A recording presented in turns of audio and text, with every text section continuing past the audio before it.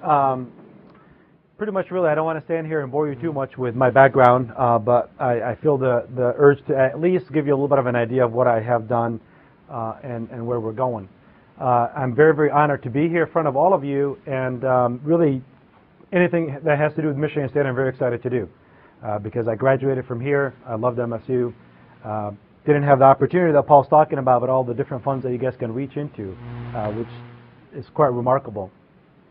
Pretty much, really, what I want to touch on today is really the idea of an entrepreneur and the idea of where you want to go. So this is going to be very loose, nothing really too structured in terms of structure in terms of what we're going to do today. So feel free to ask questions at any given moment. The idea of an entrepreneur for me, I never really thought that I was one. And today, almost every day on a regular basis, you question that idea. Are you the right one? You read so much about Steve Jobs and other people and extremely successful people, and it's amazing because what we see today is the end result. And I think any person that tells you only look at the end result is not an entrepreneur. There is no way you can be successful without going through so much before you get to that point that you feel the success. But it's funny because entrepreneurs never look at themselves as successful. Even 20 years, 30 years, and take the years out and put millions and billions behind it, most of these people will never tell you that they feel the success. Because it's hard to define. And a lot of entrepreneurs, it's an appetite. The more you love it, the more you keep doing it. And the more you keep doing it, the more challenges you'll face. Because you always take the path that is difficult. It's not easy for everybody to go to, and that's why you're an entrepreneur. So there are some major characteristics for a person that wants to become an entrepreneur. And there's multiple definitions of what an entrepreneur is. But honestly, for me, at the end of the day, it comes back to what you want it to be. You find a lot of people, what I call creating a job for themselves. And there's a huge difference, that mentality of creating a job for yourself. You're an entrepreneur yourself, but not the Steve Jobs entrepreneur. Not the Google mentality. Creating a job is really, I don't want to work for anybody. I want to go in, get out when I want to. I want to take as many vacations as I want to. That's not the entrepreneurial spirit that we're talking about. So there's a huge difference. The entrepreneur that wants to build something that will last forever and have other people carry through after they're gone, that's an entirely different mentality. That's a 24/7 mentality. So it's not about the number of hours that you work. So you have to have that characteristic of what is it that I want to be? Do I want to create a job for myself and not have anybody tell me what to do? That's not the mentality of the people that grew their business way after themselves. Does that make sense? And when we're all in college, we look at the end result. We never look at the beginning. We never look at the steps. I interview tons and tons of people that are interested in working whether on the Big B side or the 7C side. And I don't like to admit it, but it's difficult because a lot of college people believe that you graduate from college, you need to have that corner office. Otherwise, I didn't go to school for that. Excuse me. So the idea of an entrepreneur is going to take a lot more work than sometimes what is led to believe. If you really look at the depth of a true entrepreneur, you're going to find that there's a lot more that goes into it. And you almost eat dirt and you don't eat it all before you become successful. You have to fail multiple times before you see that gain. So the idea here is you got to follow that passion. Success will follow if you know where you go. Not exactly where you want to go, but you know the direction of success. So the direction of success, you have to give up a lot of that freedom that you might have because you're going to the end goal. And you don't know exactly sometimes the end goal. You want to build an empire. But no, there's no book out there that you can get to build that empire. Steve Jobs didn't have one. Google didn't have one. And a lot of it, do you want to go IT side or do you want to go, food and beverage side or do you want to go on translation side? Whatever it is, you almost dictate their own destiny. In the Big B world, when I joined the Big B, after 7 years of banking and honestly having unbelievable success I never thought of, I said, you know what? There's nothing in this thing for me. I can't give it anymore because I'm exhausted. There's no more ideas I have going. So they offered me to become an area manager in Kalamazoo with 14 branches. I said, I don't want that headache for 14 branches. Anyway, so I got out of banking. The big decision was, what's next? I had no idea what's next. My brother kept telling me, come and join me in Big B. And I said, hell no, I don't want to work with you. We don't want that family thing. We're very close as a family, and we're very tight business. And I've seen a lot of it in the banking world. Partnerships just don't work. Families just, it's a big mess. So anyways, after exploring a lot of different options, I came back to point one, and I did join him. So I joined him with the one condition: I'm going to have my own store, and if I need help, I'll come to you. He said, sure, no problem. But he knew better. He knew that I was going to quickly come to him. So I did. But it's okay to realize your own strengths and weaknesses in some of the stuff. His passion is in that food and beverage. He can open 100 stores a day. That's his life. He can do it 24/7. That's his life. I can do work 24/7, but in a different area, a different niche, a different passion for me. Okay.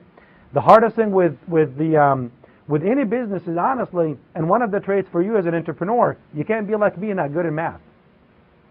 You know, numbers are very, very important, because you see people focusing on the top line.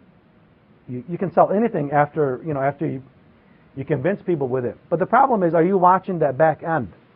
So as an entrepreneur, you find yourself doing 20 jobs in one. You got to be the lawyer, you got to be the HR, you got to be the advertising guy, you got to be the finance guy, you got to be the mother, the father. You're all of it. You're all of it. You're the motivator when everything gets tight. I remember in 2008, 2009, my brother and I would get our paychecks and put it in the drawer. We couldn't cash it. It was that bad, but we couldn't let anybody else know that it was that bad.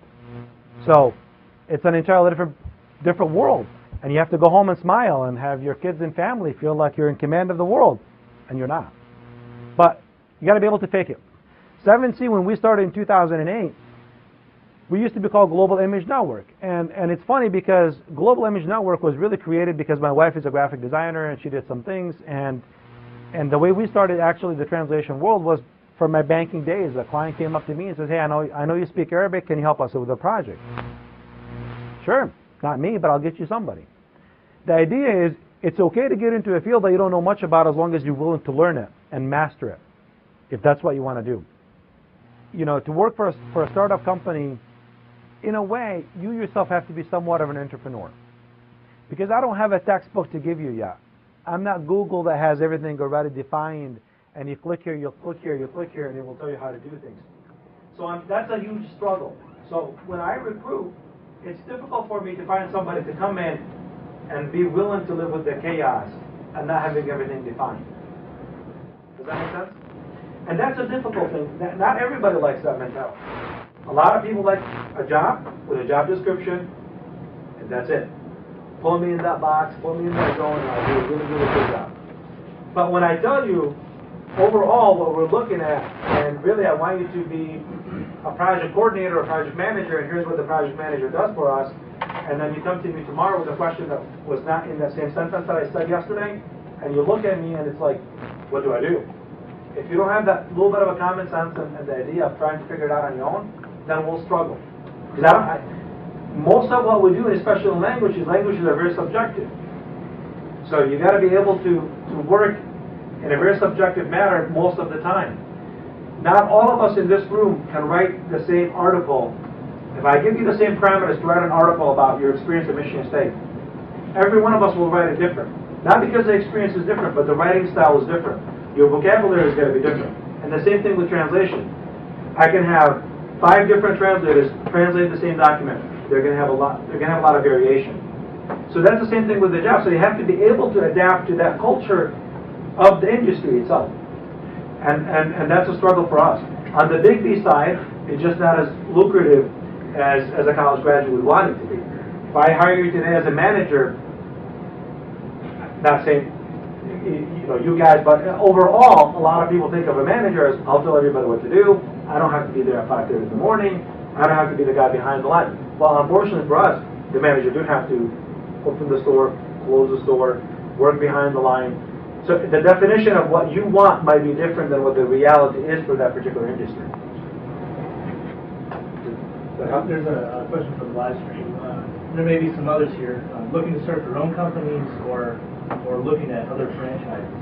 Could you explain, maybe you thought of starting your own coffee shop and why you kind of went through franchising, goods, bads? Sure, it's a great question. For us, it's interesting. We started with Big B from the beginning, so we feel like we're almost owners of the name and the whole side of it. But there are those moments that when you disagree with corporate, you're like, gee, if we have our own thing, it would be much better. But the franchise, again, it really depends on you. It comes back to you. I don't know if there is such a mentality of I want to be in business that way, nobody tells me what to do. I think that's a horrible thought, because I don't believe in it, because if you don't have an actual boss that tells you that, your customers tell you that anyways. So you have bosses all the time. It doesn't matter how you look at it. It's just they're defined differently. Getting in the franchise, it gives you the system. It gives you the peace of mind. It tells you what works and what doesn't work. You're able to share a lot more. If you're doing it on your own, which Big B started on your own, that's phenomenal. But you have to be the person that knows where you want to go to build something like that. For us, we were a lot more comfortable continuing with the Big B path. We love the model. It works. We'll be the first ones to tell you that it does work. But it doesn't work like what everybody thinks. It's not just a matter that you have a Big B name or Starbucks name or whatever it is, and it's going to work. It doesn't work by itself. So anytime that you think you want to be part of something that is successful and you're going to gain back from it, I think the consumers are a lot more educated nowadays. It's much, much harder to get by just the name or just by the idea of a drive-through. I think all of us have a lot more accessibility to a lot more things than we did 10, 20 years ago. We like the franchise idea from that perspective. We thought about starting another, not coffee, but a different concept, and that's something that we might still explore. But both have a lot of pros and cons to it. But at the end of the day, honestly, it comes back to you and what you want to do. And where is your drive? Where is your passion? As far as hiring entrepreneurial side, do you ever have problems with people who have too much of their own agenda? Or maybe is it welcome for people who are sometimes looking to become a business partner? For us, we actually welcome that. For us, we would have no problem with somebody saying, hey, you know what? I want to have my own coffee shop in the future. We have that all the time. The question is, I think, what are you willing to do to learn from us if that's what you're looking for, to come and get that experience? The difficulty becomes if you're coming in to push your own agenda versus really learn the system. And we get that a lot of times. I mean, we don't like hiring people that have a lot of coffee experience, which is really weird, right? If you come to me and say, no, I have 10 years of experience managing a store at Starbucks, I'm not interested. They do it so different. Are you that person that is going to come in and learn our system or push their system on me? Does that make sense? So, yes, we welcome that. We love it. And you know what? We'll actually tell you, if you want to have a store within our own stores that run it as we're doing the whole thing together, we would have no problem. But the chemistry on the personal has to work. And there has to be that trust issue in terms of how do we run it? Because everybody's got a better idea of how to run it. Do know that. Every manager, experienced or not experienced, will have an idea how to do it better than all of us. It's just human nature. And it's perfectly okay. Another good question. Gene, go first. Okay. Hi, Vicky. I'm Maggie. I have a question that's pretty general. In your opinion, what do you think? What is the disadvantage and advantage of being a young entrepreneur in nowadays society? You know, I think it's easier to become an entrepreneur nowadays than ever before. I mean, Paul's got some money, so that helps a lot. And he's willing to share. Some of that stuff was not available, 10, 20 years ago. So I think from that perspective, it's helpful. The biggest difficulty that, if you're talking about right after college, you graduate from college, you start your own business, or you work with somebody else. The biggest disadvantage is you won't have a life for a while. And I'll be very honest. And again, you can argue that's the best time to do it. So, it comes back to you. Me personally, I would say that working at the bank was a huge experience for me. It showed me so much more, and you're learning on somebody else's dime. Hate to say it, but it's the truth. But, if I have something that I'm ready to do, and I have the capital to do it, then it might be worth it. But the problem is not starting the business, in my opinion. The biggest problem is when things go wrong, where do you go?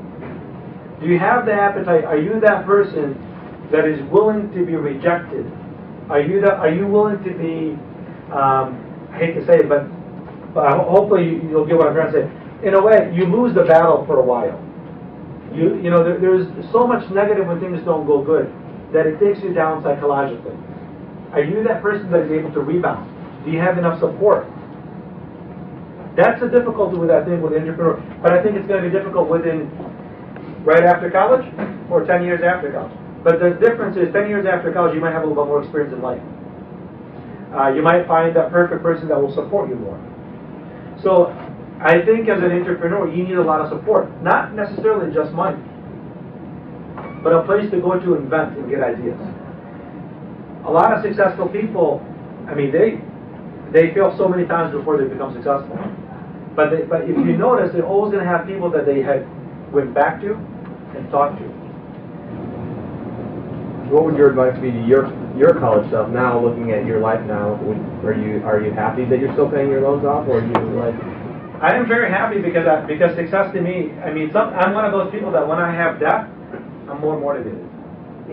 If I pay things off, then I'm going to stay home and watch a movie. You know, again, it's a personal thing, but I think that I mean, a perfect scenario, you would have never seen the iPhone if Steve Jobs would have stopped a while ago.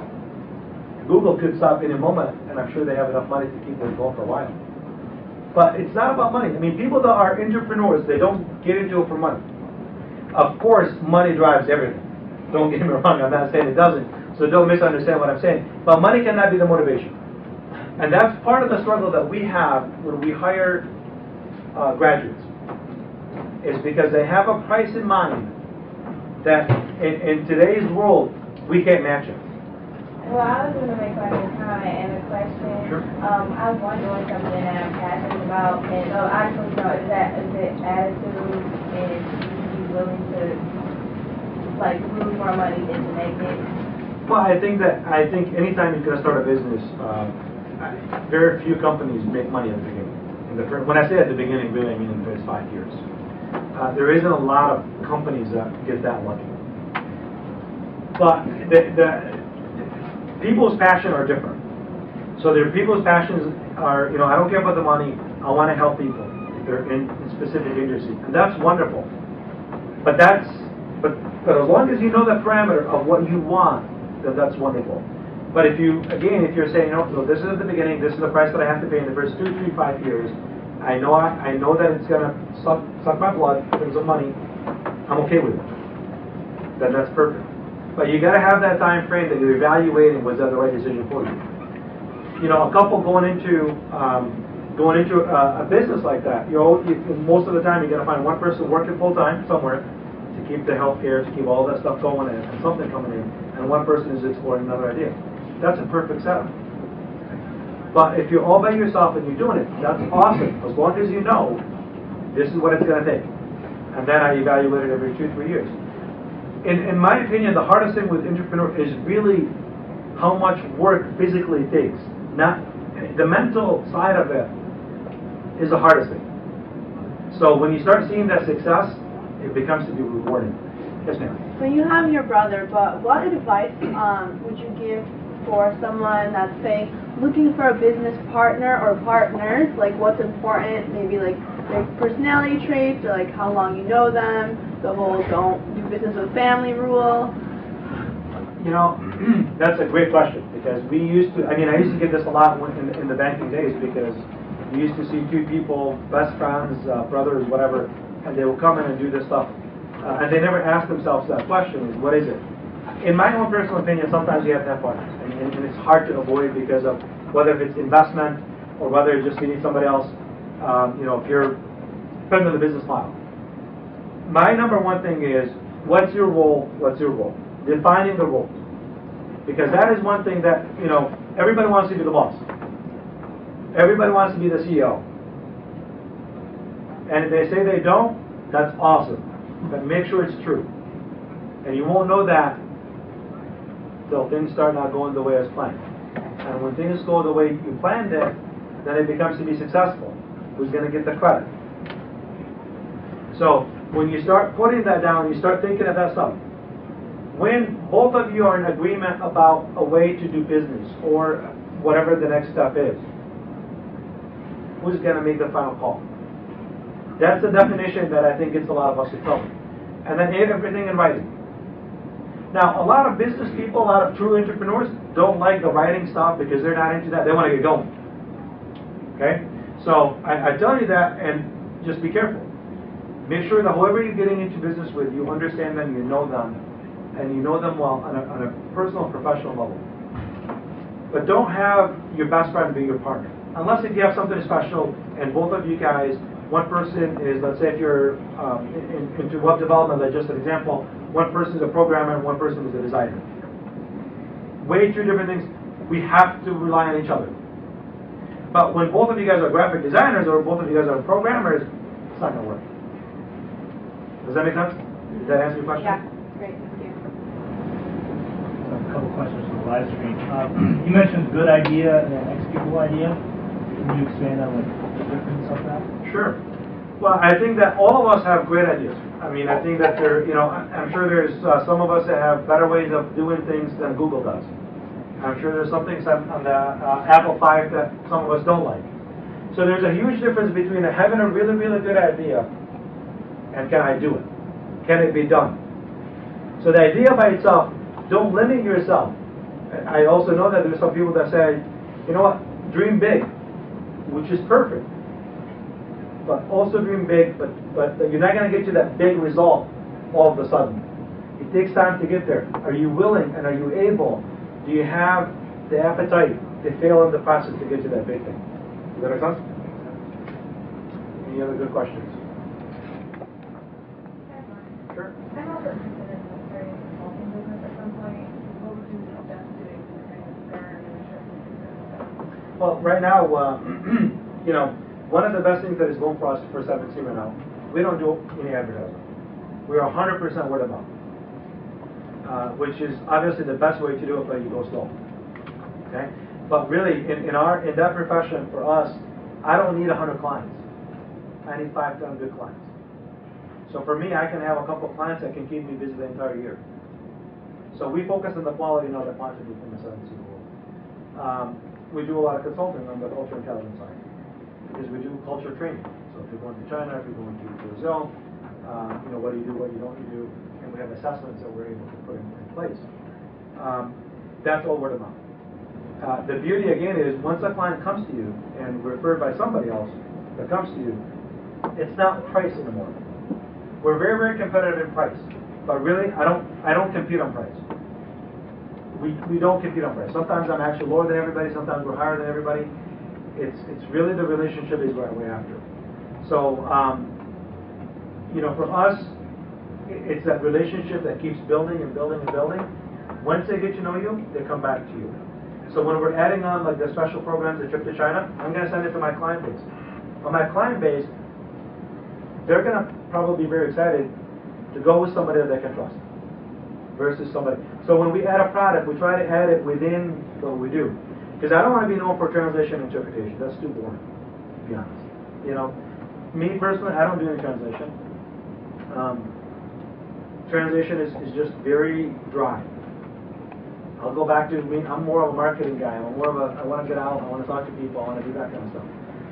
So we get a lot more excited when we have the culture training, when we get things of that nature. The translation becomes to be very, very huge when we have a client any client that needs translation will need the rest of our products. Interpretation is somebody physically coming out and interpreting, or doing it through telephonic, or doing it through video, so it's not written. But anybody that needs that kind of service will need the other services. So when we add a service, it's not really totally out of reach in terms of what we do. It's all connected to the culture, to the language. So that kind of helps us tremendously when we add it. Does that answer your question? Good. Any other good question? Talk about forming a team, getting people, and finding help. How do you go about finding people for the candidates? It's experience. We're working on a project right now that is from Portuguese to English. And inside that project, it sounded very simple, something that we do all the time. So, we assign it to our translators and editors and proofreaders and so on. And there are sometimes that things don't work out the way you plan to. That translator thinks that they can get it done within a period of time, but they call you the night before it's due and say, you know what, can you assign some of these files to somebody else because I'm swamped?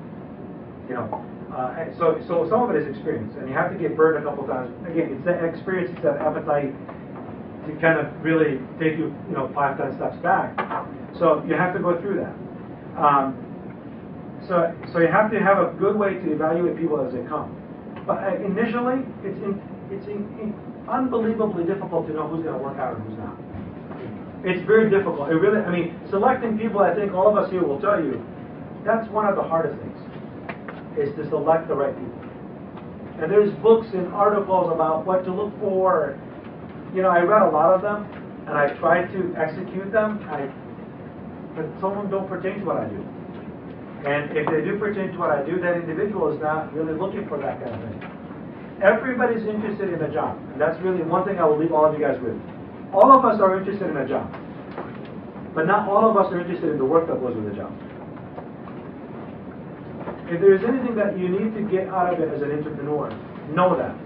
You will also be in that position. You're looking for people, and they look really good resume-wise, experience-wise. Somehow they get to your office, then a few months later you're like, really? That's the same person? I see that they wanted the check, they wanted the job, but they're not willing to put in the time to do it better than everybody else. As an entrepreneur, you're always focused on doing it better than everybody else, not just doing the job. Big difference. Well, let's wrap this up right here. We're going to end the program now. Thank you very much, Fatih.